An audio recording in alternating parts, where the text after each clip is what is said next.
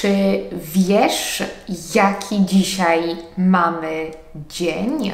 13 stycznia? A jaki jest dzień tygodnia? Piątek? Piątek 13. Nie wiem, jak jest w Twoim kraju, ale w Polsce piątek 13 to taki dzień, w którym raczej nie robimy niczego ważnego. Piątek 13 to dzień, który przynosi pecha. Zresztą nie jest to wierzenie typowo polskie, bo już w starożytności uważano, że jest to dzień niedoskonały, dzień przynoszący pecha. Podczas gdy 12 było uważane za tę doskonałą liczbę, to 13 jako pierwsza liczba następująca po doskonałej, perfekcyjnej 12 była tą niedoskonałą, tą pechową liczbą. Mam nadzieję, że nie oznacza to, że ten filmik mi nie wyjdzie. Jeśli jeszcze mnie nie znasz, to ja mam na imię Ania, jestem nauczycielką języka polskiego jako obcego, a to jest Płynnie po polsku kanał i podcast dla osób, które uczą się języka polskiego. Pamiętaj, że jeśli czujesz taką potrzebę, to możesz włączyć napisy do tego filmiku. I nie zapomnij też, że jeśli dołączysz do mojego Patreona, to dostaniesz do tego filmiku dodatkowe ćwiczenia i listę słówek i dostęp do innych ekskluzywnych materiałów. Link do Patreona jak zawsze umieszczam w opisie filmu na dole. A my zaczynamy dzisiejszy filmik o polskich przesądach. Ale zanim zaczniemy mówić o tym, jakie są w Polsce przesądy, to warto wyjaśnić coś ze słownictwa polskiego. Po polsku mamy dwa słowa: przesąd i zabobon. W codziennym języku używamy tych słów zamiennie i szczerze mówiąc nie widzimy, jaka jest różnica. Możemy powiedzieć, że piątek 13 to przesąd albo piątek 13 to zabobon, czyli coś, w co wierzymy bezpodstawnie, co nie ma podstawy, nie ma wyjaśnienia, wierzymy, że to przyniesie pecha. Ale jeśli chcemy być precyzyjni w języku polskim, to warto pamiętać, że te słowa to nie do końca to samo. Przesąd to po prostu przekonanie, często nieuzasadnione, że jakaś konkretna rzecz albo jakieś konkretne wydarzenie w jakiś sposób zmieni sytuację. Z kolei zabobon to faktycznie pozostałości po dawnych wierzeniach. Dlatego zabobony są bardziej wiązane z kultem, z wróżbami. Powiedziałam już o piątku 13, ale jak się pewnie domyślasz, nie jest to jedyny przesąd, który mamy w Polsce.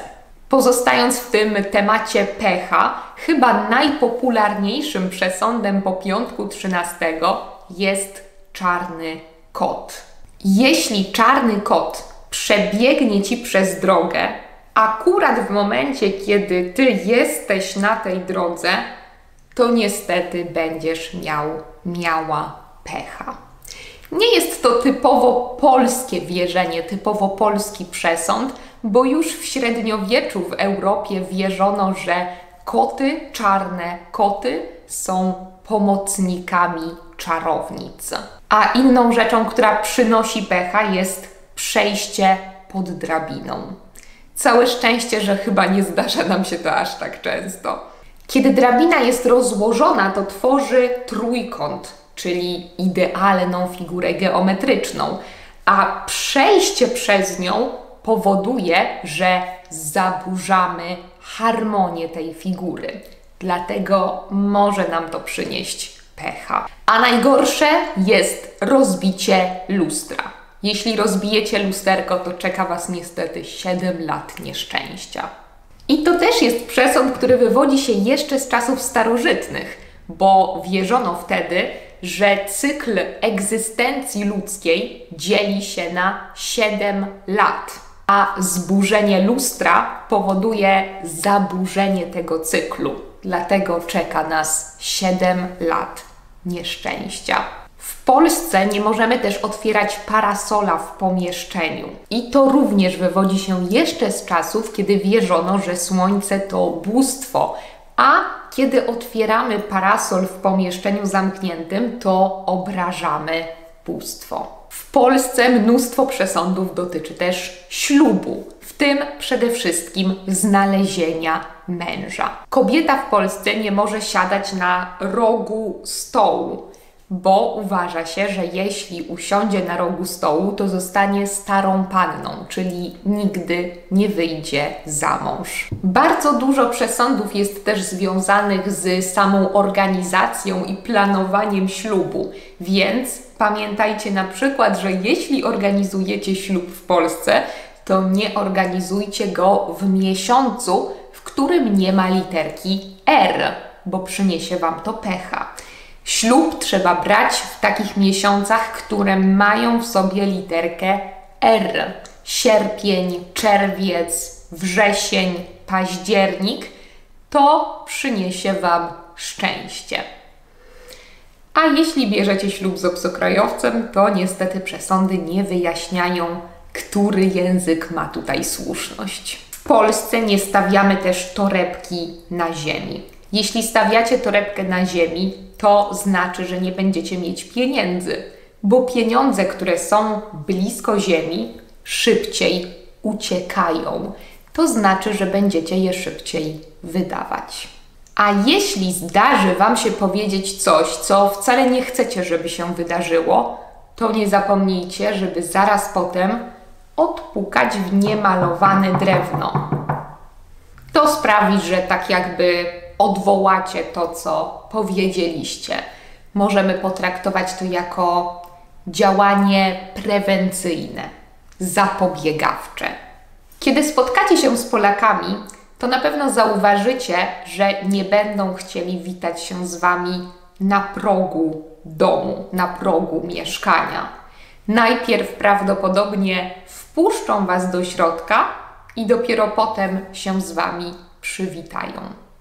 W Polsce uważa się, że witanie się przez próg też przynosi pecha. Podobno kiedyś wierzono, że w ten sposób wpuszcza się do środka złe moce z zewnątrz. I koniecznie pamiętajcie, żeby zawsze uważać na sól, bo jeśli rozsypiecie sól, to niestety się z kimś pokłócicie. To oczywiście nie są wszystkie przesądy, które istnieją w Polsce. W Polsce mamy ich naprawdę sporo i co ciekawe, mimo że teoretycznie w nie przecież nie wierzymy, to wszystko staramy się robić tak, żeby przypadkiem nie kusić losu. Koniecznie daj mi znać, czy w Twoim kraju też funkcjonują takie przesądy, czy są takie same, czy może jakieś inne. I co myślisz na temat przesądów? Czy wierzysz w nie? Czy starasz się unikać faktycznie tych rzeczy? Czy raczej robisz to wszystko tak, jak chcesz i nie przejmujesz się przesądami?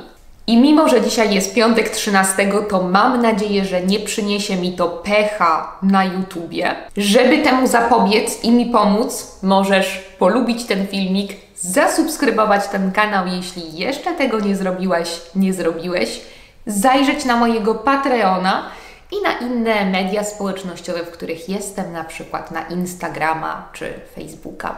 Bardzo dziękuję Ci za obejrzenie tego filmiku i do zobaczenia w kolejnym. Pa, pa!